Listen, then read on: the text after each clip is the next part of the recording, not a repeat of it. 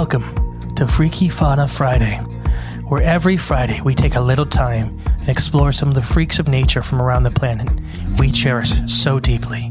So please, jump aboard and let's explore the wilds together.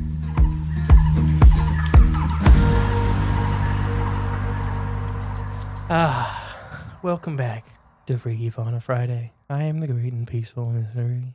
And I'm Jay, and it's wonderful to see another Friday. Mm-hmm. Today we're going to talk about an amazing avian. Avian? Mm-hmm. Oh, a bird, you say? Mm-hmm. Wow. A flightless bird.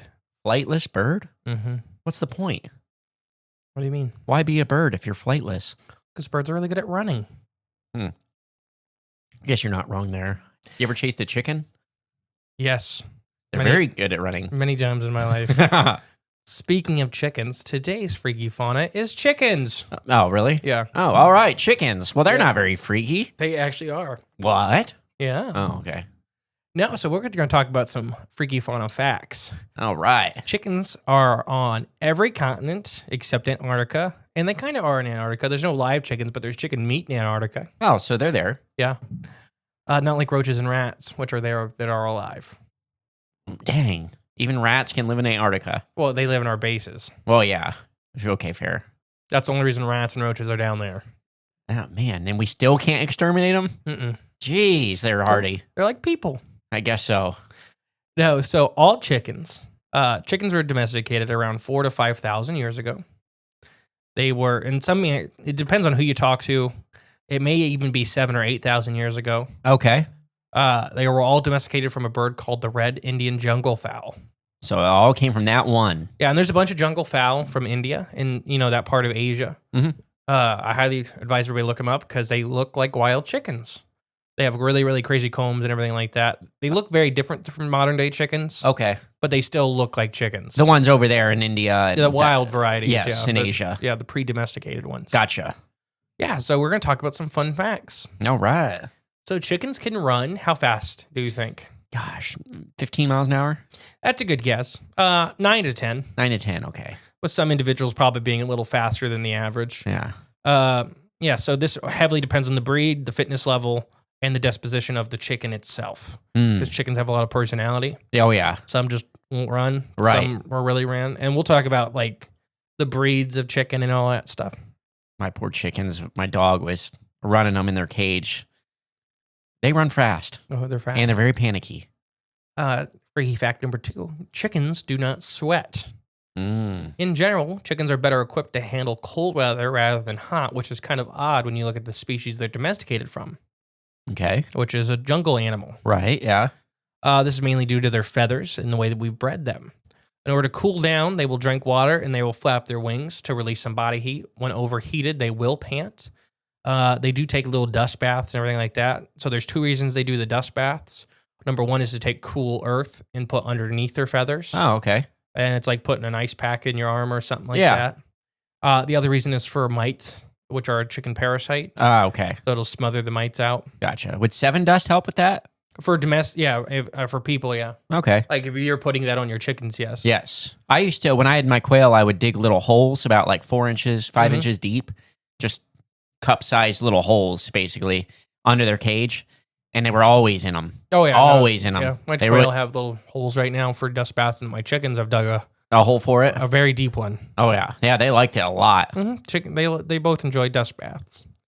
Fact number 3, there are more chickens than humans in the world. All right. How many chickens do you think there are? I don't... 93 billion. That's pretty close. Okay. 20 to 25 billion at any given moment. Oh, okay. Dang, that even puts that 93 billion number into it. That was from our previous discussion we had on Coffee and Cryptids on Tuesdays on Facebook and YouTube. So this is well over the roughly 8 billion humans in the world. Mm-hmm. There are many chickens. More than double us, almost 3 times. Mm-hmm. And it varies heavily with how fast chickens hatch and everything like that. Oh, gotcha, yeah. Chickens, okay, so brown eggs cost more than white eggs. What? Yeah. Why? People. Huh? Mm-hmm. Wait, what do you mean brown eggs cost more than white eggs? In the store, brown eggs cost more than white eggs. Huh. But they're not different. Correct. Okay. The stores just do that? Really? Mm-hmm. How have I not noticed this? They say it's due. Yeah, they say it's due to brown egg chickens eating more and taking more cost to upkeep than white laying chickens. Oh, this is a marketing ploy by the farmers, huh? Or the grocery stores. The grocery stores is where I'd put it more towards. But Okay, yeah. fair. No, it's not. No, it's They're not the at same all. egg. Huh. Myth busted. Chickens do take baths, and I already kind of said that. They take the dust baths. Helps them get rid of oils. So they actually have what's called a preening gland, which is a little bump on the base of their tail or on their back. Okay. It's one of our 4-H kids' questions is what's that little bump? And it looks like it has a paintbrush on the end. And it literally is a bump that they grab with their beak that releases oil that they use to waterproof their feathers. Oh, okay. So the feathers are not naturally waterproof. Oh. Chickens and birds in general have to do that every day. Wow, okay. So Self-care. Preening is what it's called. Yeah. Ducks obviously have a much more exaggerated preening gland, and they have to do it much more often because they're in the water. Yeah. And they're constantly back there. I guess it looks like they're scratching their butt. That's what they're doing. They're grabbing that gland. Yeah. Yeah, so next fact. Hens do not play favorites with their chicks. Interestingly enough, hens do not play favorites when it comes to their chicks, and perhaps they're very different than human parents. They will deny, but they still play favorites. However, the chicks respond to her calls, does the best for portions of food. Truly is first come, first serve. Like when she's walking around, the strong survive. Right, yeah. But so she's not giving any of her chicks special care. They're not picky about their chicks. So chickens, specifically domestic chickens, if it hatches under them, it's their baby. Right. Whether it's a duck, a doesn't goose, matter. a turkey. I've had chickens do it all. I've had one chicken abduct kittens. And that was her babies, was kittens. Nice. Yeah. That's the way to do it. See, she's smart. She'll raise them so then they won't ever want to attack. That's her protectors. All of our cats were fine with our chickens. Yeah. It was always our neighbors' cats that were not. Yeah.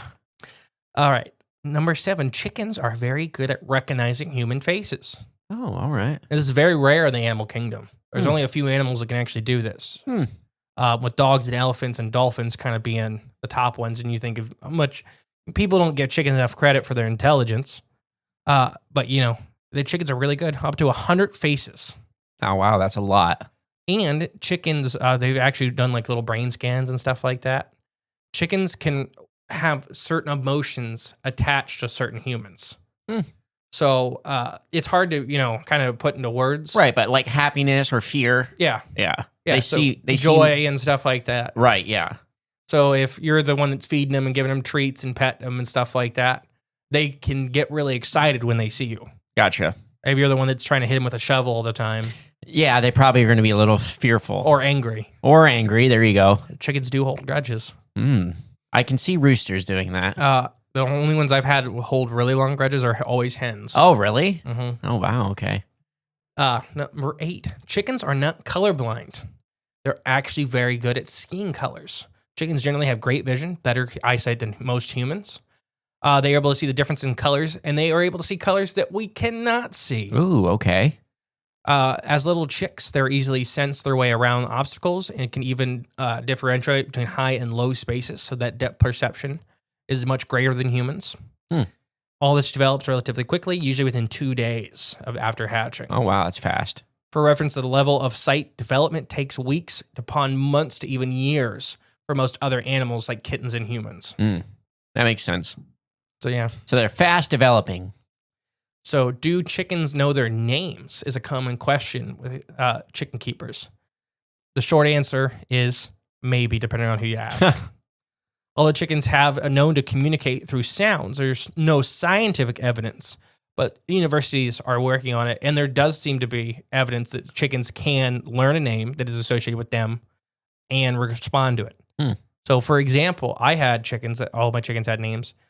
The chicken named Sharon knew her name. If I told Sharon to go back in her cage, she'd go in her cage. If I told her to come out, she'd come out. She had a little lawn chair she would sit in. Dang. That was the one that would sit on my shoulder. Yeah. Did all the tricks and stuff like that. Right, yeah. That was potty trained, right? She was housebroken. I have housebroken 3 chickens. Dang. Yeah. So What do you think so far?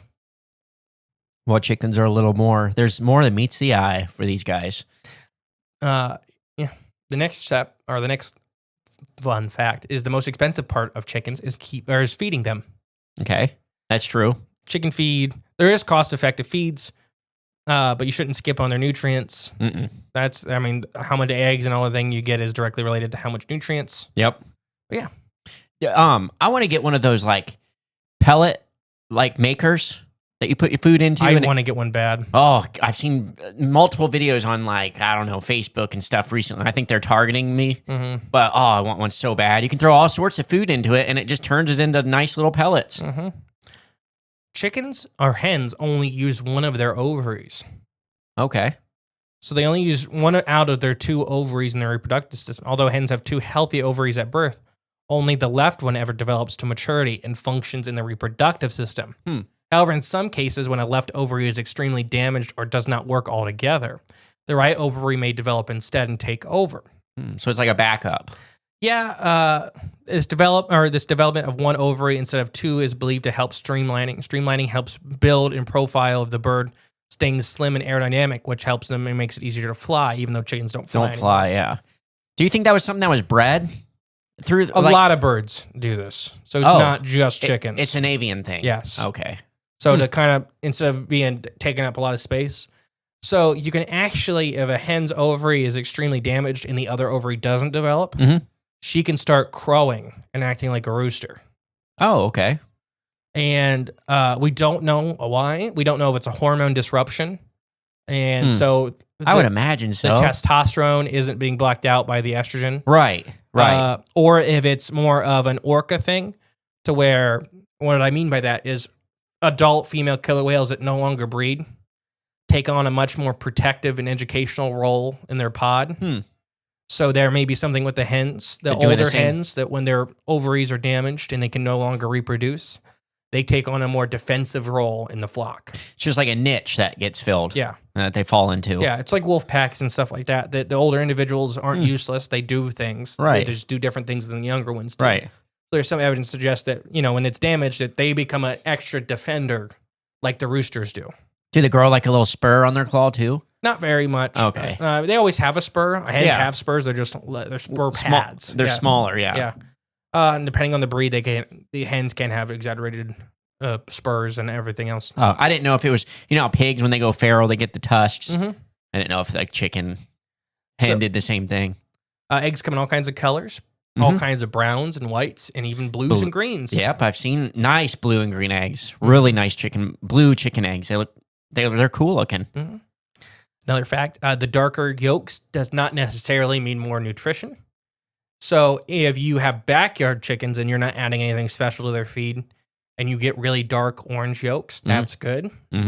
If you buy them from the store, there's a good chance that they are being fed dyes that are doing that. So artificially darker yolks. Oh, that's no good. Why? I guess I get it. It's commercial, production. But why can't we just give our animals and food proper nutrition instead of just doing the shortcut and putting dyes and everything and making it look appealing and selling it for twice the price? So chicks, I'm going to kind of lump these next 2 into one. Chicks can identify their mothers, and mothers can identify their chicks. Their chirps and communication, most of the time they know each other by noise rather than looks. Okay. Even though they do have very developed eyes. Yeah. But that's not to say that if mom dies or mom abandons chicks, which does happen from time to time, can chicks survive without mom? Yes, they can. So most of the time, another hen from the flock will adopt them or let them stay pretty close to her. Okay. Or it may not be a full adoption, but she won't, if a hawk comes in, she will defend them as well. Right, yeah. So chickens are communal animals. So there's a lot of that going back and forth. That's pretty cool. And there's even sharing between hens. So if 2 or 3 hens hatch out at the same time, all their chicks will go together. So hens lead their chicks to food sources for foraging. And so they'll just kind of walk around together and defend their babies together. Gotcha. But everybody knows who everybody is. Right, and who they belong to. Yeah. Anything else? That's pretty cool. I've never witnessed that yet. Well, yeah, you haven't had a whole lot of baby chickens running around. Well, no, not at all. Not any yet, Yeah. so. So that's freaky fauna facts about chicks. Chicks and chickens, and that's just scratching the surface. They're Get it? Like chicken scratch. amazing animals. They truly are highly adaptable. Hundreds of accepted breeds by the National Poultry Association. I was just going to say, we didn't even touch on all the different breeds. They come in from stuff like suramis, which you can fit a rooster and hen in one side of your hand. Tiny. To barred rocks and cochins, which are the size of kids. Yeah. Or those ones that they make those metal statues out of outside of Tractor Supply that are like 6 foot tall. Oh, yeah, there you go. The giant chicken. I didn't know what you're talking about. Oh, okay. Now you do, though. Yeah. If you know, you know. They're everywhere. But yeah, all kinds of combs and tops, and it's all the same species. They can all hybridize. From black bones and black skin to... So that's the AM suramis, or have all black. Right. It's eyes, skin, tongue, bones, meat. To silkies where it's blue. It's all blue the whole way through. We talked about that a couple weeks ago, I think. The silkies being that way and how that's like a delicacy in China. Like last week or maybe this weekend, I just saw a video popped up. Somebody eating a silkie? They were talking about, not just somebody, but like they were talking about that meal, how it's good luck and like good tradition. Oh, yeah. No, it's a special. And so some parts of China, it's a special meal. Right. I know it can bring, depends on who you're talking to. Some people say it brings health. Some people say it's for special occasions. Yep, that's what they said in this video. Like a new birth in the family and stuff like that. It'll be served a lot. And the meat is blue. And we always did it for Halloween. Oh, okay, yeah. Because you could make blue and black chicken noodle soup. Right, yeah, it looks freaky or it looks spooky. Tastes the same. Right, yeah, it does, yeah. That's neat. But yeah, that's just, again, this scratching the surface, how different they all can be and all the qualities they can all have. Yeah. Anything else to add? Chickens. Yeah. Well, I've been the great and peaceful mystery. And I've been Jay. We'll catch you next week, guys. Bye. Thank you for listening to Freaky Fauna Friday. If you want to help the podcast grow, remember to share and give it a 5-star review.